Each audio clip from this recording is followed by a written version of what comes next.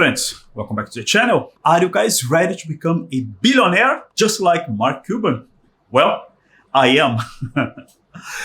Yeah, I was just searching and doing some research on the internet about finance because that's something that I'm really interested in, and that's something that I also have a passion about. And I just stumbled by this video from Mark Cuban where he explains how he got to his first $1 million and how he was able to flip that $1 million into $1 billion, which is a quite interesting story, and I believe you can learn a lot from him.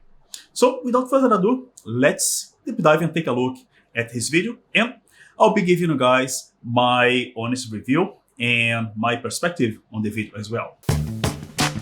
Hey GQ, I'm Mark Cuban, and this is how I made, saved, and spent my first $1 million and then flipped it into $1 billion. I grew up in Pittsburgh, Pennsylvania, just a middle-class kid. My dad did upholstery on cars. My mom did odd jobs. As long as I can remember, I was hustling. I remember going to my dad while he was playing poker with his buddies and saying, "Dad, I need some new sneakers." And he looked at me, looked at my feet, and he goes, "Those tennis shoes you got on, they work. When you have a job, you can buy whatever you want." And one of his buddies that had to be drunk was sitting at the poker table with him, and he goes, "Hey, I got something you can sell. I got all these boxes of garbage bags. Why don't you sell them in the neighborhood, and then you can take the money you make and buy your sneakers?" He had these boxes that he sold to me for $3. I sold them for $6, but it went like this. "Hi, my name is Mark. Do you use garbage bags?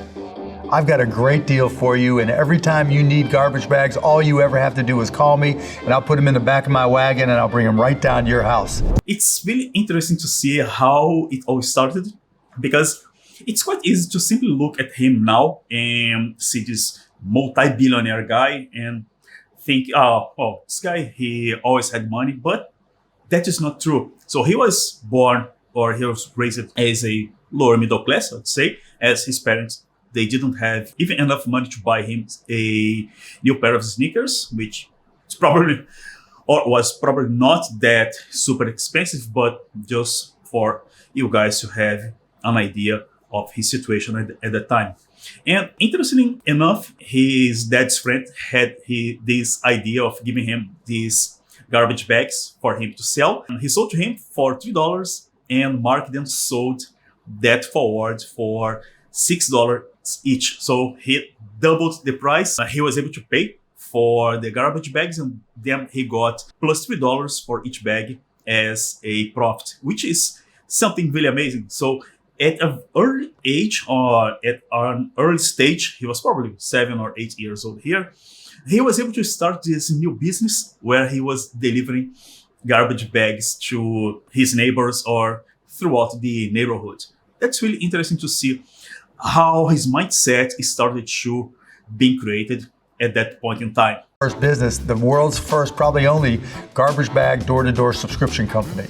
As I started to get older and got into high school in particular, I realized that high school wasn't my jam, that I wanted to learn as much as I could about business. I started taking classes at night at the University of Pittsburgh when I was 16. And then when I was 17, I dropped out of high school altogether and went to Pitt full time. That's another interesting aspect here is that he felt that he needed to learn more, and he needed to have more knowledge about businesses and how to create a business, how to make money, and how the whole financial markets or the whole market works, which is another extremely interesting thing to note, because the majority of people, they just go through life without noticing or without worrying about that kind of knowledge. And he, at 16 years old, he had that sparkle. He felt he needed to have more knowledge about business and money. And then he enrolled to the Pittsburgh University at night. So he was still studying on high school during the day, and he had those extra classes at night where he was learning more about businesses. Then he just said here that he dropped it out because he felt school was not from him. But I want to stress out that we should always look for knowledge about business and how things work, and don't simply jump in. And that is a great lesson from him. Where things really started to happen for me. I never ever thought in terms of money, okay, I need to make millions. I always thought in terms of time. Has always been my driving motivation. How can I control my own destiny? How can I control my own time? I started a company called Micro Solutions, and from there we just grew and grew and grew and ended up selling that. And that's how I got my first stacks. So here's the rundown of when I sold. It's really interesting to see another point here that he just mentioned. He just said that it's not about the money. He never had this idea of becoming a multi-millionaire guy. That never crossed his mind. But what he was really concerned about was to make sure he could choose and he could drive his life.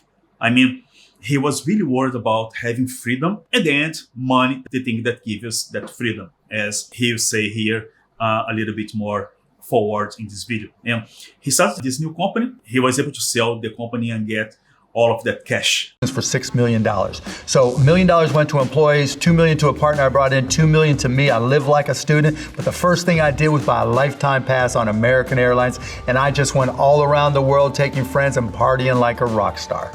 Other than the air pass, I wasn't just buying shit. I was saving it. I could have gone out and bought a bigger house, bought a nicer car. I didn't care. What it bought me was freedom. Yeah, another extremely important lesson from him, that even after making that money, so he sold his company for $6 million. Yeah, he just split that money between himself, his partner, and all the employees. But he still got $2 million for himself, which is a lot of money. He did not spend that money at all. The only thing he said he spent was this lifetime pass for the American Airlines. So he wanted to travel, and that's it. He did not spend the money with anything else because he had this idea of buying freedom, and he wanted to use this money to invest and make even more money out of those $2 million. So it could give him freedom forever, and he wouldn't need to worry about working or to make money for the rest of his life.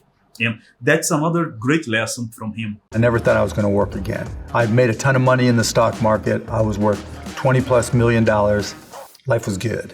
Then one of my buddies from college, Todd Wagner, sat down with me, and this was in 1995. He was like, you know, there's this whole new thing called the internet. There's got to be a way we can use this to listen to Indiana basketball. We set up this website called AudioNet, and the next thing you know, video comes along and we turned it into a company called broadcast.com. And so we started what turned out to be the very first streaming company.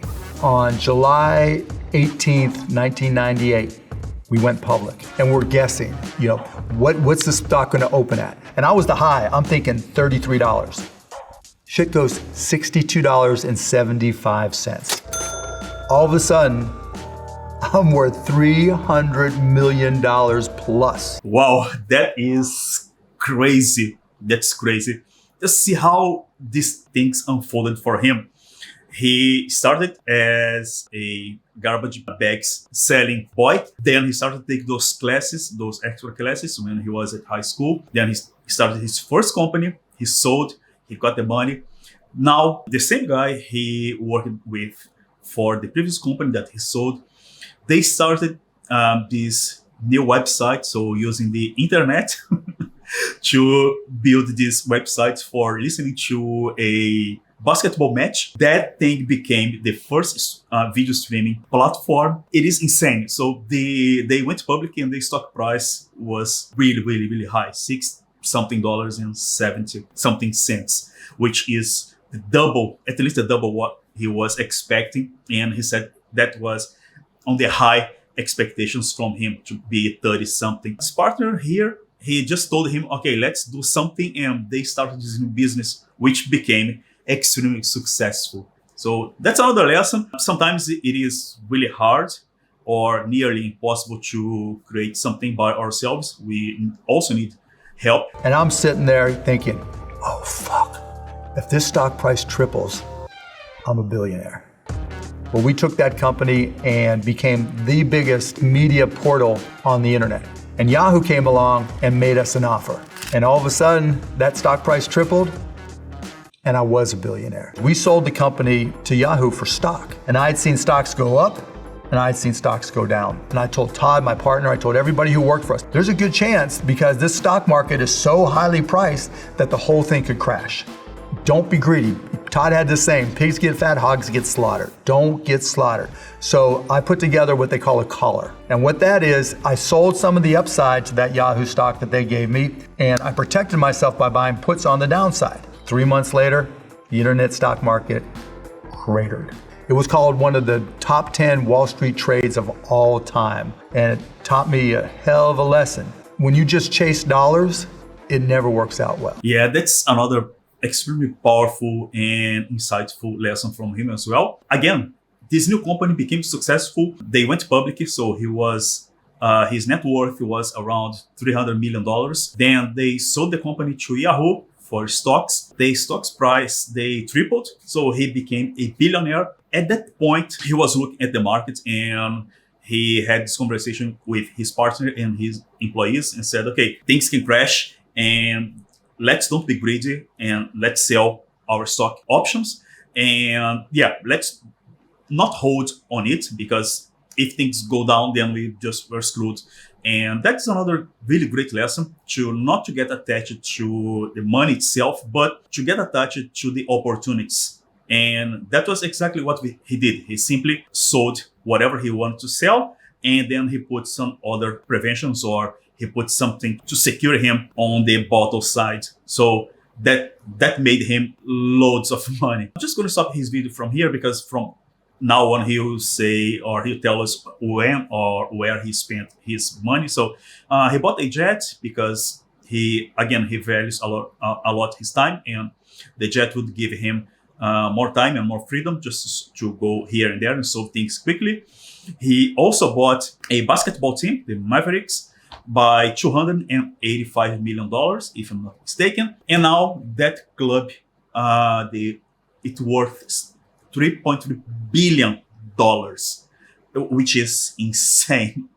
And the last thing he bought was a house by $12 million, where he raised his children there. And I think his story is quite nice, and it's quite inspirational, because he's a guy who came from nothing and he was able to create this whole new thing and to become extremely successful and extremely rich. But again, he was not chasing the dollars, he was chasing his freedom. And he leveraged and he took everything, or every chance or every opportunity that he had to make his freedom. I hope you guys have enjoyed this video. Please do not forget to like my video, subscribe to my channel, and also click on the notification bell so we will not miss any of my videos. And I'll see you guys next time.